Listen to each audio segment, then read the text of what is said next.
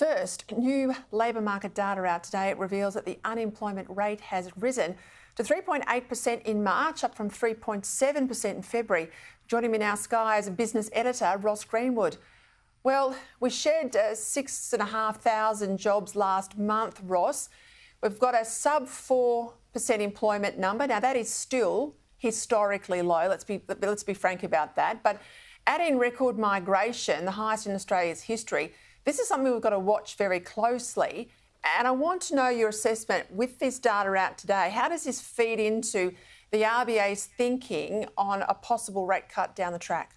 Well, it's got to sort of push it down the track to a certain extent, Peter, because the Reserve Bank, remember, has got two basic mandates. One is to keep inflation under control. Those numbers come out next week and are likely to show again a continuing fall in inflation, which leads to the suggestion the Reserve Bank could cut interest rates. But then the other thing that it's got to watch the employment markets. And in particular, if there is too much, sort of strong news about employment, which this shows today, then the answer is they've probably got to sit tight and allow that unemployment rate to start to rise before there's an argument to cut the interest rates. Just one little thing I did spot today, though, separate piece of information out today from ASIC, is a number of corporate collapses in Australia in the 9 months to the end of March is more than 7,700. So we're on track for the first time in 11 years to have more than 10,000 corporate collapses in a year. That equals job losses. Wow. So you're right to say we need to watch that, because, as I say, if you start to have 10,000 small businesses going broke, that's clearly going to be potentially a lot of job losses coming down the track for Australia. Ross, in that data, do we get a sector-by-sector breakout? Because we've seen a pretty alarming trend in the building and construction area. Of course, we need them. We need the homes being built. Anything you can tell us there? Absolutely, I can. I can tell you that, in fact, there's two sectors that stand out. There is the construction industry, which you rightly cite, but the other one is food and accommodation services. So that means that those two sectors themselves account for 40% of the companies that have gone broke so far this year.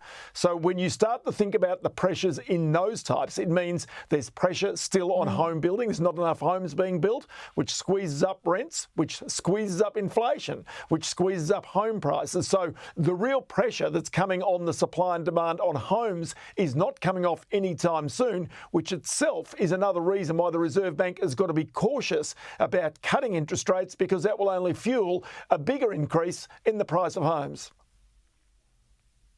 Right, I want to talk about Qenos now, because I want everyone at home to understand the significance of what's happened here. They are a major plastics manufacturer for Australia. Of course, we've got job losses there. Hundreds of jobs are likely to go. They entered administration today. Their Chinese owners sold the business. Now, I make the point that they are Chinese-owned. My concern with that is China owning all of these key assets, and it's not just obviously this plastics manufacturer, there are plenty more. It makes us very vulnerable to a decision by the Chinese state through an entity or another company to shut them down, and making us then more reliant on Chinese imports. Is that a genuine concern, do you think, here?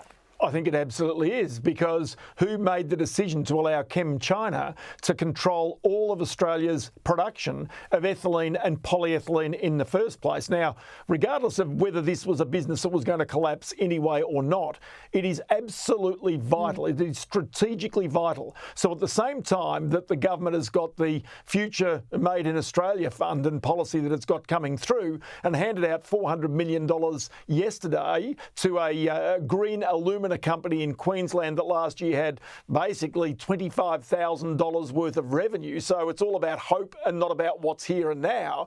You've got a company which is strategically important. So think of every pipe, think about everything around you right now that's plastic, comes from ethylene or polyethylene that is made. So it is a failure of industry policy to allow this company to fail, and to really strategically mean that we have to rely on overseas supply chains to get that into our country in the future. And you don't imagine that, you sit there and say, well, in green electorates or increasingly green electorates such as Botany and also Altona in Victoria, quite clearly many will be cheering the plastics companies and manufacturers are going.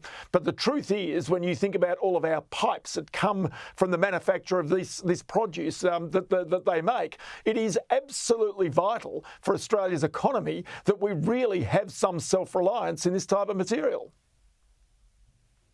I am shocked that taxpayers are on the hook for a $400 million loan to a company with booked revenues of $25,000. I mean, one of the great concerns I've got is we've only got a handful of steelmakers in this country, only 2 smelters, I don't know, 2, maybe 3 refineries. We had the US Ambassador Caroline Kennedy saying, she was telling this to a mining conference, that Australia's battery minerals industry, critical minerals, it's under assault, she says, from Chinese-owned companies.